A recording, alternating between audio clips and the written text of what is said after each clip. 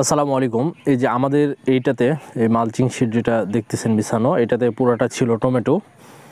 তো আমাদের মোটামুটি সব টমেটোর গাছই মারা গেছে।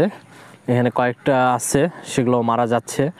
আসলে আমরা অনেক রকম মেডিসিন স্প্রে করেছি, ঔষধ যেরকম পরামর্শ দিয়েছে সেভাবে কাজ করেছি, আসলে হয় নাই, কপালে ছিল না। এই যে কিছু গাছে টমেটো ধরেছে প্রচুর পরিমাণে। তো আমরা এইগুলাতেও শশা রোপণ করে দিয়েছি। আমরা যদি সামনে যাই, এই যে এখানেও মোটামুটি সুন্দর টমেটো ধরেছে। এই যে আমরা যদি ভিতরে দেখি, এই যে সুন্দর টমেটো ধরেছে। এই যে এই গাছগুলোতেও অনেক টমেটো ধরেছে। তো আমাদের আমরা আরেক জায়গাতেও টমেটো রোপণ করেছি। চলেন আমরা সেই জায়গাতেও আপনার বাঁধাকপি রোপণ করে দিয়েছি। চলেন দেখে আসি সেই জায়গাটা। আমাদের এই জায়গাটাতেও ওই যে মালচিং বিছানো যেটা দেখতেছেন, এই জায়গাতেও মোটামুটি পুরাটাই টমেটো ছিল আর কি।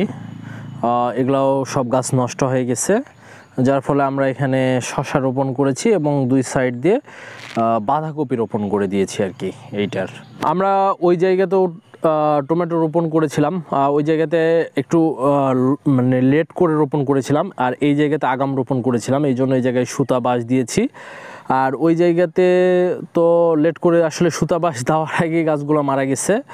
আর এই গাছগুলা মোটামুটি যে টমেটো ধরার পরে এদিকে যত গাছ ছিল সবগুলোতেই টমেটো ধরছিল, ধরার পরে আস্তে আস্তে গাছ আর কি মারা যাচ্ছিল, মারা গেছে, সবই মারা গেছে, এই কয়টা আছে।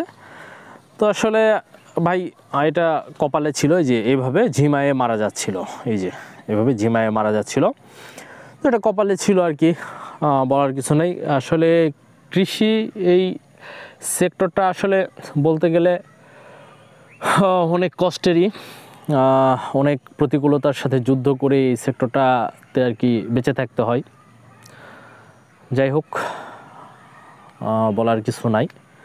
ভালো থাকেন। আল্লাহ হাফেজ। আসসালামু আলাইকুম।